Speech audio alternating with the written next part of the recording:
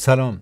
در بخش گذشته از شورش‌های ضد خلافت عربی امویان در خراسان و ماوراءالنهر صحبت کردیم و از فروپاشی رژیم اموی و قدرتگیری دودمان عباسیان گفتیم. در این فصل از روزگار نو در ماوراءالنهر از دور عباسیان سخن خواهیم گفت که همزمان است با برآمدن دودمان سامانیان در خراسان و ماوراءالنهر.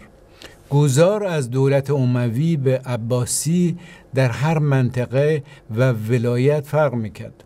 مثلا بخش بزرگی از ایران ساسانی 100 سال بود که به تسخیر عربها در آمده بود و اشراف و مأموران محلی سابقا ساسانی به اسلام گرویده بودند. اما ماوراءالنهر در این دوره 100 ساله تقریبا پیوسته ناآرام بود.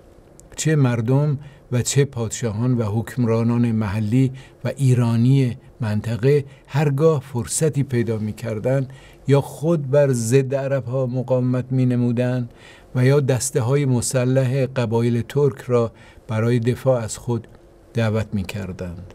با سرنگونی امویان باز امید استقلال میان اشراف، دهقانان و حکمرانان بومی ماوراءالنهر تقویت پیدا کرد و همزمان همه جریان‌های سیاسی، دینی و قومی ناراضی نیز فعالتر شدند.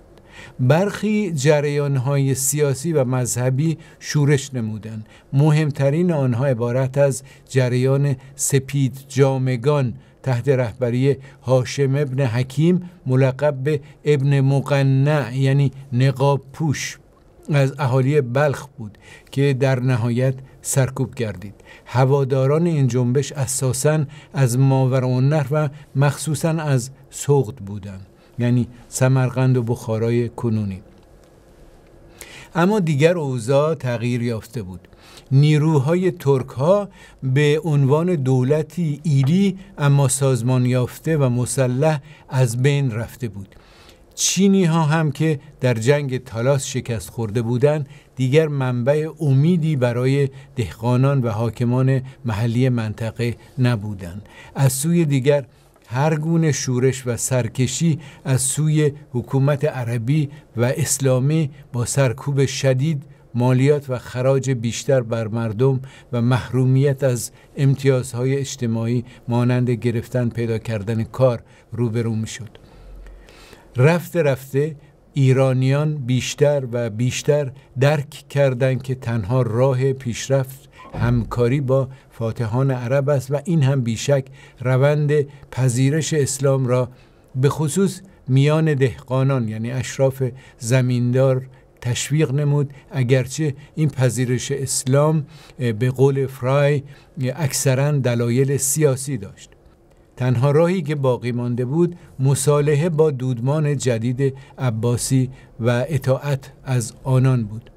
این برای خراسان و ماوراءالنهر که دیگر به بخشی از امپراتوری اسلامی عباسی تبدیل شده بود، آغاز دوران آرامش و پیشرفت تجارت و اقتصاد به شمار می رفت. همزمان عباسیان در مقایسه با پیشکسوتان اموی خودشان نسبت به کسانی که عرب نبودند و به خصوص نسبت به ایرانیان تعامل و تسامح بیشتری، بردباری بیشتری داشتند. این سیاست کلی خلیفه های عباسی به ویژه با خلافت مأمون مستحکم تر شد. مأمون در زمان خلافت برادرش امین مدتی طولانی در خراسان زندگی و ولایتداری کرده بود. والی حاکم خراسان بود. پدر مأمون خلیفه معروف عباسی هارون الرشید و مادرش یک کنیز ایرانی بود. به نظر بارتولد فرق اصلی عباسیان با امویان در هدفهای سیاسی آنان بود.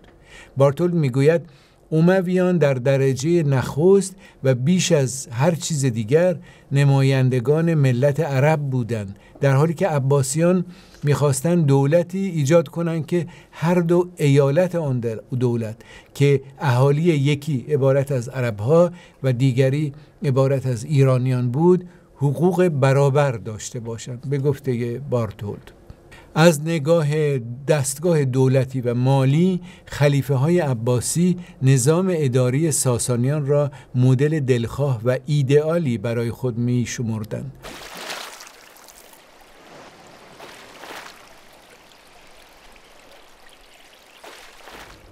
مورخ عرب جاهز البصری در آن دوره در رساله خود موسوم به مناقب الاتراک یعنی منقبه های ترک‌ها نوشته بود که ایرانیان ساسانی در دولتداری برتر از دیگر ملت‌ها هستند، همچنان که چینی‌ها در صناعت، یونانیان در علم و ترک‌ها در هنر جنگ برتر از دیگران هستند. به قول بارتولد نمونه های اداره دولتی ساسانی را مثلا میتوان در رابطه با تقسیمات اداری امپراتوری عباسیان مشاهده کرد.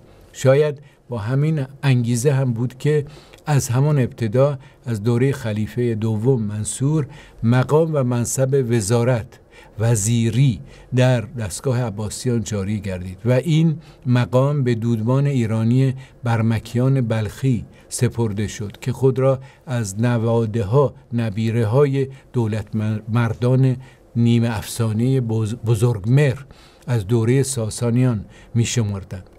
مهمترین شاخه دولت یعنی دیوان الخراج که مسئول امور مالیات و خراج، انداز، مالیات بر املاک بود، تحت مدیریت برمکیان قرار داشت.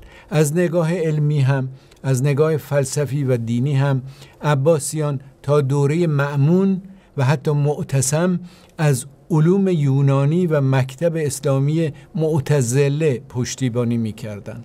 طرفداران این مکتب یعنی معتزله در مقابل پیروی بیچون و چرا از متن قرآن و حدیث‌ها و روایت‌های باقی مانده از پیامبر اسلام که در اون موقع 200-300 سال از حیاتش گذشته بود، روشی متناسب با عقل و خرد، شک، پرسش و پژوهش را جایز می‌دانستند و حتی به آن برتری می‌دادند.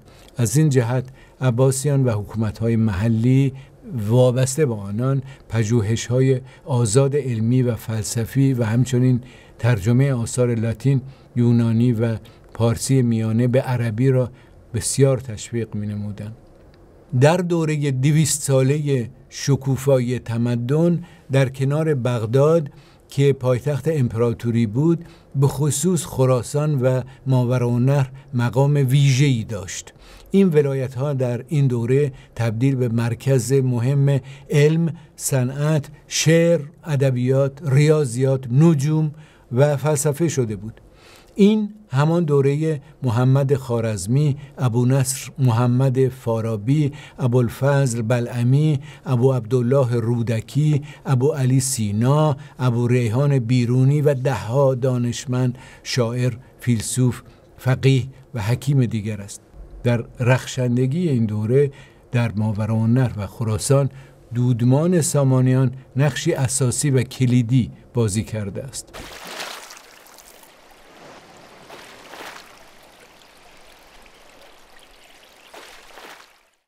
دوره عباسیان مرحله کاهش در اداره مرکزی دولت و ولایات امپراتوری بود. شرایط عینی نیز خلفای بغداد را ناچار می‌کرد که مرکزیت اداری و سیاسی را به نفع ولایت‌ها و اقوام غیر عرب نرمتر کنند. چاره دیگری هم نبود.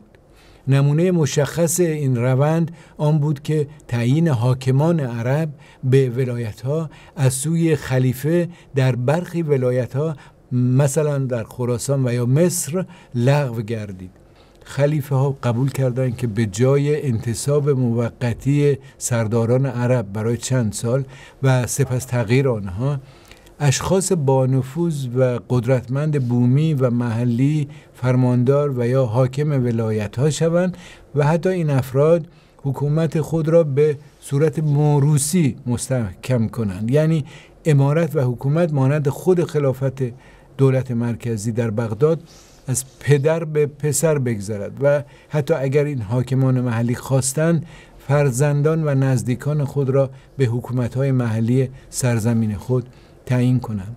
اما در ظاهر پادشاهان محلی همچنان نماینده خلیفه در ولایت خود بودند. از این جهت آنان خطبه به نام امیرالمؤمنین یعنی خلیفه می‌خواندند و هر سال بخشی از مالیات و خراج جمع آوری شده خود را همراه با هدیه‌های دیگر به خلیفه می‌فرستادند. با این ترتیب بار و مسئولیت خلیفه و دولت مرکزی در بغداد کمتر میشد و اداره ولایت‌ها برای بغداد آسان‌تر می‌گشت. البته در عین حال از سوی درآمد بغداد از مالیات و خراج ولایت‌ها هم کاهش می‌یافت و از سوی دیگر ریسک سرکشی و استقلال امیران و پادشاهان محلی در برابر دولت مرکزی و خود خلیفه افزایش پیدا می‌کرد. همچنین به خاطر ارثی بودن حکومت‌های محلی مثل سامانیان در صورت بی‌لیاقتی و یا فساد فرزندان و دیگر نزدیکان امیران و پادشاهان محلی تغییر دولت محلی تنها با جنگ داخلی میسر میشد. در عین زمان چون در این شرایط پشتوانه نظامی دولت مرکزی ضعیفتر میشد، احتمال نفوذ، دستاندازی و حمله از سرزمین‌های همسایه و در نتیجه تغییرات زودرس این دولت‌ها افزایش می‌یافت. طاهریان در خراسان و سامانیان در ماوراءالنهر دو نمونه این گونه حکومت‌های محلی بودند که در قرن نهم در سالهای 800 در آغاز روند زوال خلافت عباسیان اما زیر چتر آنان بر سر کار آمدند و به تدریج در عمل استقلال بیشتری یافتند. طاهریان کمتر اما سامانیان بیش از یک قرن بر ماوراءالنهر حکومت کردند. در سرزمین‌های دیگر ایران کنونی مثلا صفاریان و آل بویه، خاورمیانه و مصر نیز از این حکومت‌های محلی ایجاد شده بود. از میان آنها مخصوصاً دودمان بوییان و یا آل بویه که بر ولایت‌های مرکزی و غربی ایران کنونی حکم می‌راندند بسیار قوی شد و حتی دیرتر خلیفه عباسی را آنها از کارهای سیاسی برکنار نمودند. مدتی بعد ترکان سلجوقی آل بویه را از قدرت دور کردند و با حمله به بغداد قدرت اصلی سیاسی و نظامی خلافت را به دست خود گرفتند. یعنی در واقع در 100-200 سال پایانی عباسیان خلافت دیگر مؤسسه‌ای دینی و یا حتی نمادین و ظاهری شده بود. و اما باز به دوره سامانیان یعنی قرن‌های نهم و دهم در دودمان عباسیان برگردیم. قیام‌های ضد عباسی بابک خرمدین در آذربایجان و مازیار در طبرستان و همچنین شورش‌های جدید خوارج یعنی خارجیان که نه سنی را قبول می‌کردند و نه شیعه را در سیستان در همین دوره، دقیق ترش در قرن نهم میلادی یعنی حدوداً 200 سال پس از اسلام سرکوب گردید. به گفته بارتولد بنیانگذار دودمان سامانیان سامان خدات حاکم روستای سامان در نزدیکی بلخ بود که از تبار بهرام چوبین از سرداران شورشگر ساسانی شمرده میشد و در سال 591 میلادی به قبیله های ترک پناه برده بود. به قول بارتولد سامان خدات مورد حمایت حاکم عرب خراسان اسد ابن عبدالله بود. او تحت تأثیر اسد به اسلام گروید و به احترام حاکم عرب نام فرزندش را هم اسد گذاشت. 4 فرزند اسد در زمان مأمون در سرکوب دشمنان او شرکت کردند و با خواست مأمون هر 4 فرزند اسد سامانی به حکومت یکی از شهرهای ماوراءالنهر تعیین شدند: سمرقند، فرغانه، چاچ یعنی تاشکند امروز و هرات. در دوره سامانیان حاکمیت کامل اسلامی بر ماوراءالنهر حاصل شد و اکثر مردم به اسلام گرویدند.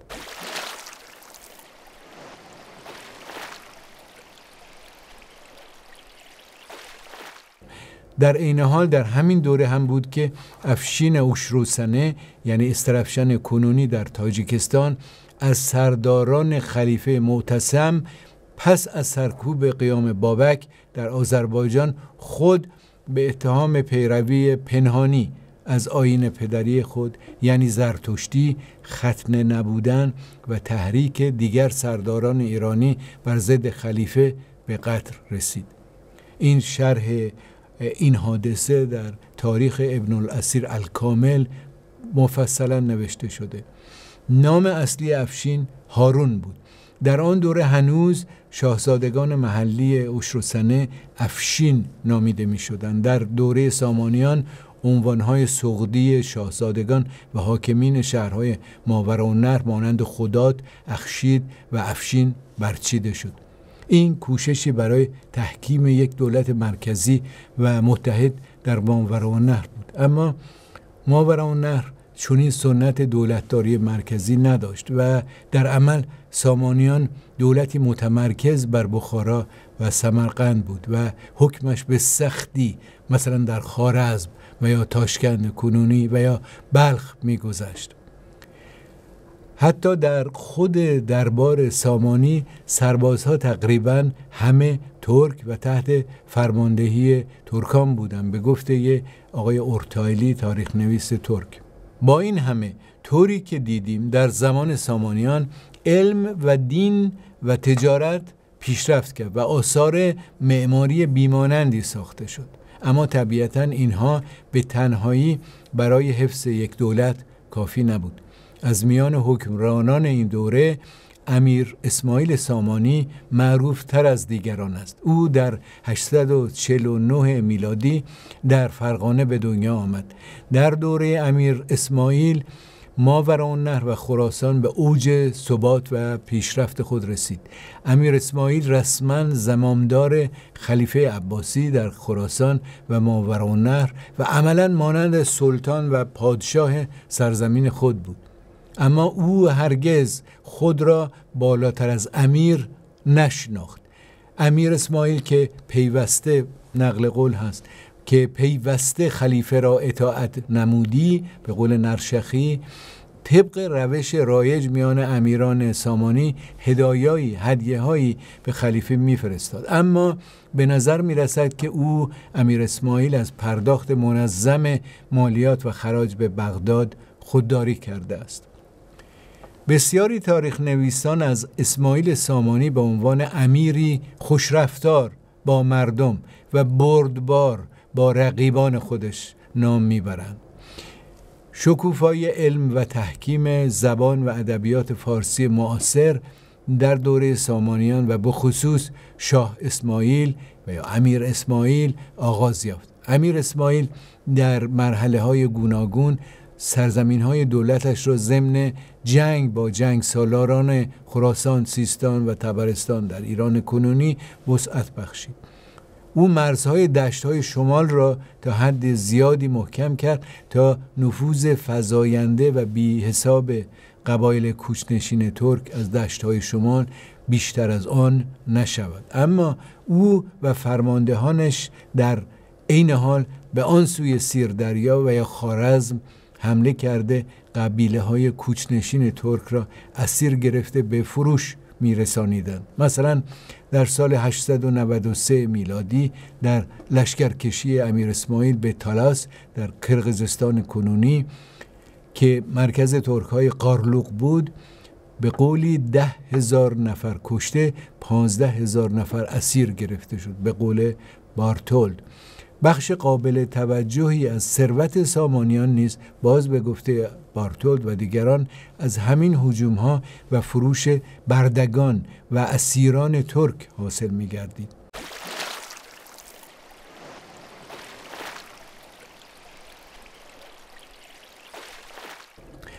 وقتی گروه‌های جداگانه ترک‌ها را در دشت‌های شمال اسیر گرفته برای فروش به ماوراءالنهر می‌آوردند، برای ورود به سرحدات دولت سامانی از بابت هر برده باجی برابر با 70 تا 100 درهم و همچنین حق جواز به اصطلاح گرفته میشد، به قول باسورس. تاریخ نویس مقدیسی نوشته است که سامانیان باجگیری از بابت فروش اسیران را به دست خود گرفته بودند و خراسان سالانه از بابت عبور 12,000 برده از آمودریا درآمد به دست می آورد. جالب است که در دوره خود امیر اسماعیل و حتی به درجه بیشتری پس از او بخش مهمی از سربازان و فرماندهان دولت سامانیان عبارت از ترک‌ها بودند، زیرا چه دولت‌های محلی مانند سامانیان و چه دولت مرکزی عباسیان در بغداد برای حفظ قدرت نظامی و دفاعی خود هرچه بیشتر غلامان نظامی ترک را استخدام می‌کردند. اسیر گرفتن ترکان کوچنشین دشت‌های آنسوی سیردریا و خوارزم تحت عنوان جهاد و به اسلام آوردن قبایل شمن باور که کافر شمرده می‌شدند انجام می‌گرفت. از این جهت تاریخ نویسان عرب مانند یعقوبی و مقدیسی خراسان و ماوراءالنهر را خط اول جهاد در مشرق و سپر در مقابل ترکان حساب می‌کردند و می‌نامیدند. از همان آغاز حکومت عباسیان حاکمین و امیران خراسان و ماوراءالنهر به طور منظم گروه‌های از غلامان و کنیزان ترک را همچون بخشی از خراج و یا هدیه‌های خود به بغداد می‌فرستادند. خلیفه هارون الرشید 3,000 غلام نظامی و جنگنده ترک را گارد ویژه دربار خود کرده بود تا زیر فشار کشاکش‌های داخل عرب‌ها و یا مدیران و دبیران ایرانی قرار نگیرد. خلیفه معتصم یکی از فرزندان هارون الرشید که پس از مأمون به خلافت رسید و مادرش هم یک کنیز ترک بود، لشکر ویژه‌ای عبارت از غلامان جنگی ترک ایجاد کرد تا دستگاه خلافت را در برابر اختلافات داخلی حفظ کند. اما مدتی بعد غلامان ترک تبدیل به فرماندهان ماهر و قدرتمند دربار عباسی و دیگر امیران امپراتوری از جمله سامانیان گشتند. آنها با قدرت تیر و شمشیر می توانستند موازنه قدرت را عوض کنند و حتی خود به قدرت برسند و ترکان چنین هم کردند. در ادامه این گفتار به نقش مذهب و روند مسلمان شدن مردم ماوراءالنهر نگاهی خواهیم کرد. تشکر می کنم.